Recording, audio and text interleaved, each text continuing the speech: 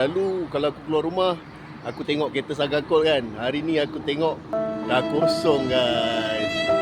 So daripada situ aku nak share lah dengan korang sedikit sebanyak kehidupan aku. Sekarang ni yang aku tinggal adalah Toyota Answer untuk aku bawa pergi berniaga. Dalam kehidupan aku ni banyak onak dan ranjau. So aku banyak tempuh halangan dan rintangan.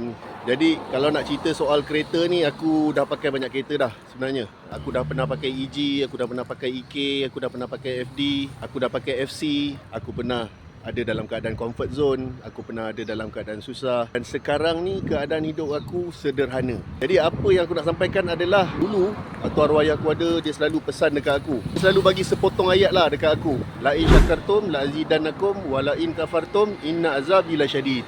Maksud dia, sekiranya engkau bersyukur dengan apa yang aku bagi, nescaya aku akan tambah lagi. Namun sekiranya engkau kufur, terimalah azab yang amat pedih. Maksud dia amat mendalam. Tapi dulu aku tak berapa dengar cakap orang tua aku. Kau tahulah kan, kita zaman muda, kita zaman nakal, mana kita nak dengar cakap orang tua kan. Jadinya aku selalulah buat silap, nakal, buat perangai macam-macam. Jadi apabila datangnya pelbagai ujian, selepas aku berhenti daripada polis, aku jadi salesman kereta. Waktu tu masih okey lagi life aku. Aku masih duduk nilai lagi. Jadi waktu aku duduk nilai tu, life aku masih orang kata berduit. Jadi kita nak modify kereta boleh, nak buat itu boleh, nak buat ini boleh. Sampailah satu masa arwah ayah aku meninggal. Arwah ayah aku meninggal tahun 2023 Disember. Aku pun decide untuk balik ke Segamat, kampung aku, untuk jaga mak aku sebab mak aku tinggal seorang. Lepas aku balik Segamat, segalanya berubah guys. Aku menghadapi kesukaran dalam hidup. Waktu aku balik Segamat, aku adalah saving sikit. Okay? Jadi dengan saving itulah aku plan untuk buka satu perniagaan dekat Segamat. Dulu aku ada barbershop. Waktu aku duduk nilai, waktu aku masih dalam polis. So aku plan aku buka barbershop dekat Segamat untuk menyara kehidupan lah. Tapi game dekat Segamat ni, dekat kampung, dia berbeza guys. Kalau dekat bandar kita buka barbershop, potong rambut satu kepala RM25 ke RM30 pun orang tak kisah. Tapi kalau dekat sini, dekat area luar bandar macam ni, potong rambut RM20 pun orang dah cakap mahal. So dekat situ aku dah jumpa satu kesukaran dalam hidup. Walau bagaimanapun aku teruskan barber, aku ambil budak kerja, aku run macam biasa sampailah sekarang.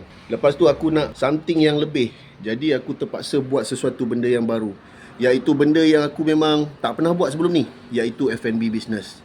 Jadi aku buka lah perniagaan nasi lemak. Aku tahu ramai yang pernah ataupun berada dalam keadaan macam aku. Apa yang kita kena buat adalah sabar dan istiqomah. Jadi sekarang aku istiqomah. Dan yang paling penting guys, kita kena ingat dekat atas tu. Kalau kita tak ingat kat atas tu, dia pun tak ingat kat kita. Kita kena percaya dekat atas tu, barulah dia akan tolong kita. Kalau kita acuh tak acuh, kita buat pun sekadar lakonan, kita tak percaya yang dia yang bagi rezeki pada kita, memang kita akan suka. Memang ada orang yang tak ingat kat dia, tapi diuji dengan kesenangan. Itu nasib orang lain. Tapi nasib aku macam ni.